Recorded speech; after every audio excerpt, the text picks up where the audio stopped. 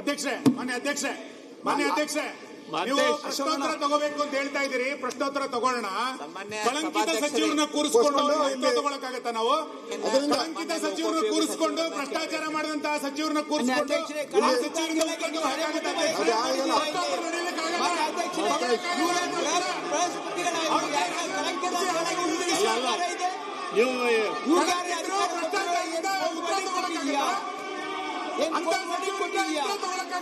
Notice ಕೊಟ್ಟಿರಿ. ಇದಕ್ಕೆ ನಿಯಮ ಏನಿಲ್ಲ ಇಲ್ವಾ? ಅಂತ ಸಚಿವರನ್ನ ಇಟ್ಕೊಂಡು ಭ್ರಷ್ಟಾಚಾರ ನಡೆಸಿ ಹೆಂಗ್ ನಡೆಯಕ್ಕಾಗತ್ತೆ? ಈ ತರ ಸದನ ಹೆಂಗ್ ನಡೆಸಬೇಕಾಗುತ್ತೆ? ನೀವು ಹೇಳ್ರಿ ವಿರೋಧ ಪಕ್ಷರೇ. ಭ್ರಷ್ಟಾಚಾರ ಸರ್ಕಾರದ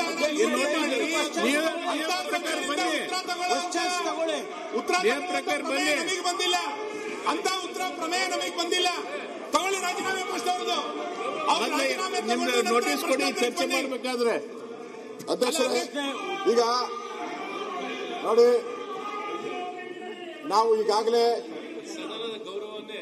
ಒಂದು ನಿಮಿಷ ಕೂತ್ಕೊಳ್ಳಪ್ಪ ಅಧ್ಯಕ್ಷರೇ.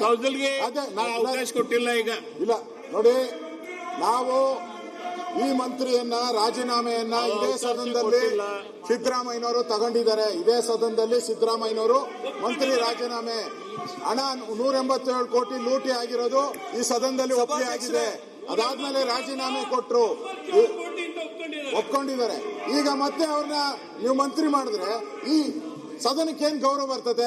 ತೆಗೆದಿದ್ದಾಕೆ ಅವ್ರನ್ನ ತೆಗೆದಿದ್ದಾಕೆ ಸೇರ್ಸ್ಕೊಂಡಿದ್ದಾಕೆ ಅಂತ ಹೇಳ್ಬೇಕಲ್ಲ ಸದನಕ್ಕೆ. ಸರ್ಕಾರಕ್ಕೆ ಪ್ರಜಾಪ್ರಭುತ್ವದ ಮೇಲೆ ಗೌರವ ಇದೆಯಾ? 187 ಕೋಟಿ ಲೂಟಿ ಆಗಿರೋದು ನಿಜ. 187 ಕೋಟಿ ಲೂಟಿ ಆಗಿರೋದು ನೈತಿಕ ಹೊಣೆ ತನಿಖೆ ಆಗಲಿ. ಕೊಟ್ಟಿದ್ರು ರಾಜೀನಾಮೆ. ಈಗೇನು ಸೇರ್ಬೇಕಾಯ್ತು ಹಣ ಹೆಂಗ್ ಕೇಳುತ್ತಾರೆ ನಾವು? ಈ ಸದನ ಇಲ್ಲ, ನಾವು ಯಾವುದೇ ಕಾರಣಕ್ಕೂ ಸದನ ನಡೆಯಕ್ಕೆ ಬಿಡಲ್ಲ. ಸದನ ನಡೆಯಕ್ಕೆ ಬಿಡಲ್ಲ ನಾವು ಯಾವುದೇ ಕಾರಣಕ್ಕೂ. ಹಾಗಾಗಿ ಈ ಸಚಿವರನ್ನ ಸನ್ಮಾನ್ಯ ನಾಗೇಂದ್ರ ಅವರನ್ನ ಮುಖ್ಯಮಂತ್ರಿಗಳು ಈ ತಕ್ಷಣ ಅವ್ರನ್ನ ವಜಾ ಮಾಡಬೇಕು. ವಜಾ ಮಾಡೋರ್ಗೂ ಯಾವುದೇ ಕಲ್ಲಪ್ಪಗಳು ನಡಿಬಾರದು. ಏನು ಉತ್ತರ ಕೊಡ್ತೀರಿ? ಅವರ ರಾಜೀನಾಮೆ ವಜಾ ಮಾಡಿ.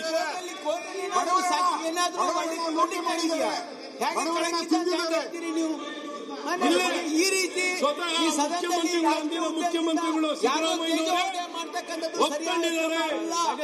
187 ಕೋಟಿ ಅಲ್ಲ, 87 ಕೋಟಿ ಭ್ರಷ್ಟಾಚಾರ ಆಗಿದೆ, ಹಣ ದುರುಪಯೋಗ ಆಗಿದೆ, ಹಣ ಬಳಕೆ ಆಗಿದೆ, ಹಣ ಟ್ರಾನ್ಸ್ಫರ್ ಆಗಿದೆ ಅಂತ ಈ ಸದನದಲ್ಲೇ ಅಂದಿನ ಮುಖ್ಯಮಂತ್ರಿಗಳು ಸಿದ್ದರಾಮಯ್ಯನವರು ಒಪ್ಕೊಂಡಿದ್ದಾರೆ.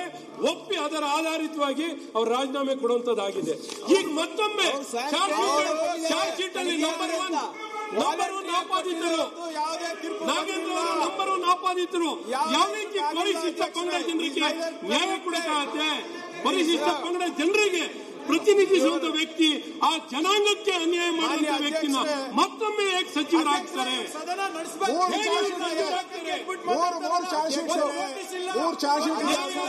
ಇದು ಯಾವುದಕ್ಕೂ ಗೌರವ ಇಲ್ವಾ? ಗೌರವ ಇಲ್ವಾ? ಪೀಠದ ಗಮನಕ್ಕೆ ತರ್ತಾ ಇದ್ದೇನೆ.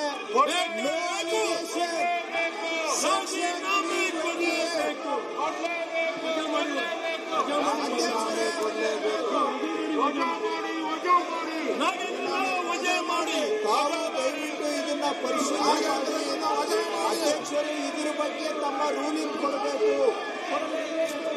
Rule number 328 no allegation of a defamatory or incriminatory nature shall be made by a member against any person unless the member has given previous intimation to the speaker and also to the minister concerned so that the minister may be able to make investigation into the matter for the purpose of reply. Provided that the speaker prohibit any member from making any such allegation. If he is of the opinion that to the dignity of the House or to the that no public interest is served by making such allegation, ದಯವಿಟ್ಟು ಅವರು ಈ ರೀತಿಯಾಗಿ ಸುಖ ಸುಖ ಒಬ್ಬ ಸಚಿವರ ಬಗ್ಗೆ ಅಪವಾದ ಮಾಡ್ತಕ್ಕಂಥದ್ದು, ಆರೋಪ ಮಾಡ್ತಕ್ಕಂಥದ್ದು ನಿಯಮಗಳಿಗೆ ವಿರುದ್ಧವಾಗಿದೆ. ಈ ನಿಯಮದ ವಿರುದ್ಧವಾಗಿ ಸದನ ನಡೀಲಿಕ್ಕೆ ತಾವು ಅವಕಾಶ ಕೊಡಬಾರದು.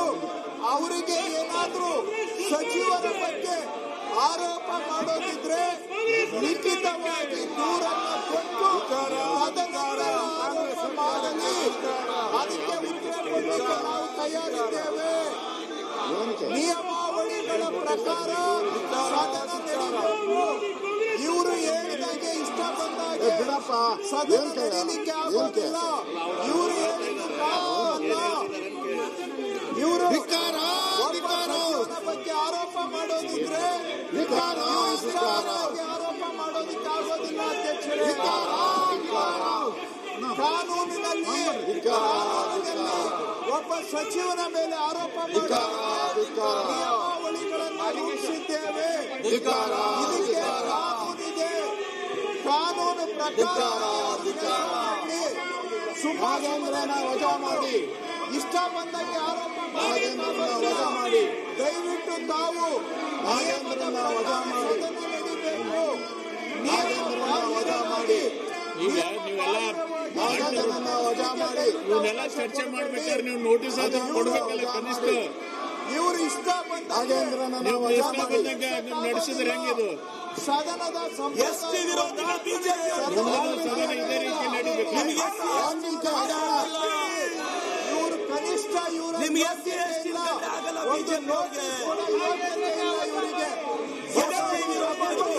ದಾಂಧಲೆ ಮಾಡ್ತಾ ಇದ್ದಾರೆ ಅಧ್ಯಕ್ಷರೇ. ಈ ದಾಂಧಲೆಗೆ ಅವಕಾಶ ಕೊಡಬೇಡಿ ಅಂತ ನಾನು ತಮ್ಮಲ್ಲಿ ಪೀಠದಲ್ಲಿ ನಾನು ಮನವಿ ಮಾಡ್ತಾ ಇದ್ದೇನೆ. ದಯವಿಟ್ಟು ಇಂತಹ ಕಾನೂನು ಇವರು ದುರಾಡಳಿತಕ್ಕೆ, ಸದನದ ದುರುಪಯೋಗಕ್ಕೆ, ಗೂಂಡಾಗಿರಿಗೆ ನಿಯಮದ ಪ್ರಕಾರವಾಗಿ ಸದನ ತಮ್ಮಲ್ಲಿ ನಾನು ಪ್ರಾರ್ಥನೆ ಮಾಡ್ತಾ ಇದ್ದೇನೆ ಅಧ್ಯಕ್ಷರೇ. ನನಗೂ ಮಾತಾಡ್ಲಿಕ್ಕೆ ಅವಕಾಶ ವಿರೋಧ ಪಕ್ಷದ ನಾಯಕರೇ,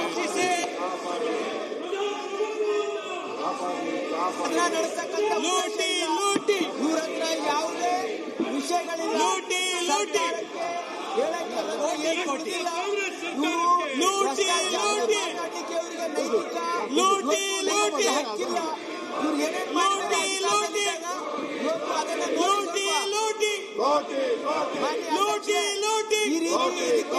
ಈ ಸದನ ನೀವು ನೋಟಿಸ್ ಕೊಟ್ಟು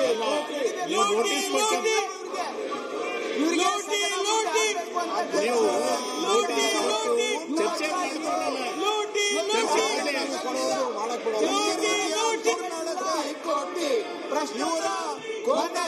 ಸಂಸ್ಕೃತಿಗೆ ಪ್ರತಿಬಿಂಬ ಇದು.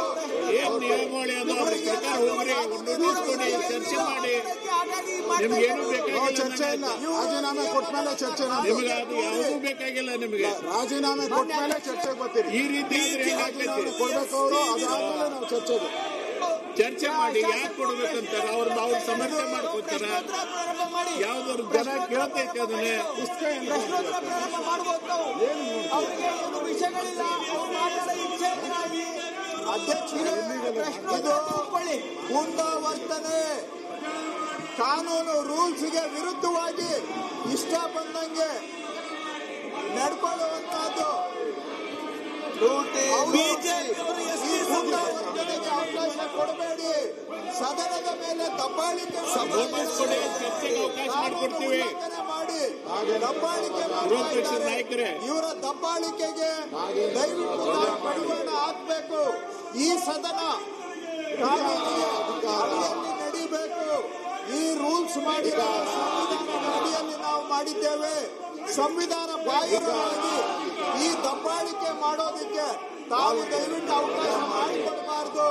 ಇವರು ಕೇವಲ ರಾಜಕೀಯ, ಅವ್ರ ಮನೆ ಒಳಗಡೆ ಬೆಂಕಿ ಅಂಟ್ಕೊಂಡಿದೆ, ಅದನ್ನ ಮುಚ್ಚಿಡೋದಿಕ್ಕೆ ಎಲ್ಲ ಬೋಗಸ್ ಆರೋಪಗಳನ್ನ ಮಾಡ್ತಾ ಇದ್ದಾರೆ ಇವರು. ಇವರಿಗೆ ಇವ್ರ ಮನೆ ಒಳಗೆ ಅಂಟ್ಕೊಂಡು ನಡೀತಾ ಇದೆ, ಒಳಗಡೆ ಕಿತ್ತಾಟ ನಡೀತಾ ಇದೆ, ಅದನ್ನ ಮುಚ್ಚಿಕೊಳ್ಳೋದಕ್ಕೆ ಇವ್ರ ಮನೆಗೆ ಬೆಂಕಿರೋ ಬೆಂಕಿ ಆರಿಸೋದು ಬಿಟ್ಟು ಇನ್ನೊಬ್ಬರ ಮೇಲೆ ಆರೋಪ ಮಾಡ್ತಾ ಇದ್ದಾರೆ ಇವರು. ಇವರು ಸೂರರು ಅಲ್ಲ, ರಣ ಹೇಳಿಗಳು, ರಣ ಹೇಳಿಗಳು. ದನ ಹೇಳಿಗಳಿವರು. ಇವ್ರ ಮನೆಯಲ್ಲೇ ಬೆಂಕಿ ಬಿದ್ದಿದೆ. ಇವ್ರ ಮನೆ ಬೆಂಕಿ ಆರಿಸ್ಕೊಳ್ಳೋದ್ರ ಬದಲಿಗೆ ವಜಾ ಮಾಡೋವರೆಗೂ ಸರ್ಕಾರ ವಜಾ ಮಾಡಬೇಕು. ವಜಾ ಮಾಡಿ ಹೆಗ್ಗಣ ಬಿದ್ದಿದೆ. ನಾಚಿಕೆ ಆಗೋದಿಲ್ಲ ಇವರಿಗೆ. ಹೆಣ ಬಿದ್ದಿದೆ ಇವ್ರ ತಟ್ಟೆಯಲ್ಲಿ. ಅಧ್ಯಕ್ಷರೇ, ಈ ಸದನಕ್ಕೊಂದು ಕಾನೂನು ಇದೆ, ನಿಯಮ ಇದೆ. ದಯವಿಟ್ಟು ನಿಯಮದ ಪ್ರಕಾರವಾಗಿ ತಾವು ಸದನ ನಡೆಸಬೇಕು. ಒಬ್ಬ ಮಂತ್ರಿಯ ಬಗ್ಗೆ ಆರೋಪ ಮಾಡಬೇಕಾದ್ರೆ ನೋಟಿಸ್ ಕೊಟ್ಟು ಸ್ಪೀಕರ್ ಪರ್ಮಿಷನ್. ಅದು ಇಲ್ಲದೆ ಇವರು ಮಾಡಿದ್ರೆ ಸದನದ ಮಂತ್ರಿಯ ಹಕ್ಕು ಆಗುತ್ತೆ. ಅವರ ಪ್ರಿವಿಲೇಜ್ ಅನ್ನ ವೈಲೇಟ್ ಮಾಡಬೇಕಾಗುತ್ತೆ. ಆ ಪ್ರಿವಿಲೇಜ್ ಅನ್ನ ವೈಲೇಟ್ ಮಾಡೋದಕ್ಕೆ ತಾವು ಅವಕಾಶ ಕೊಡಬಾರದು.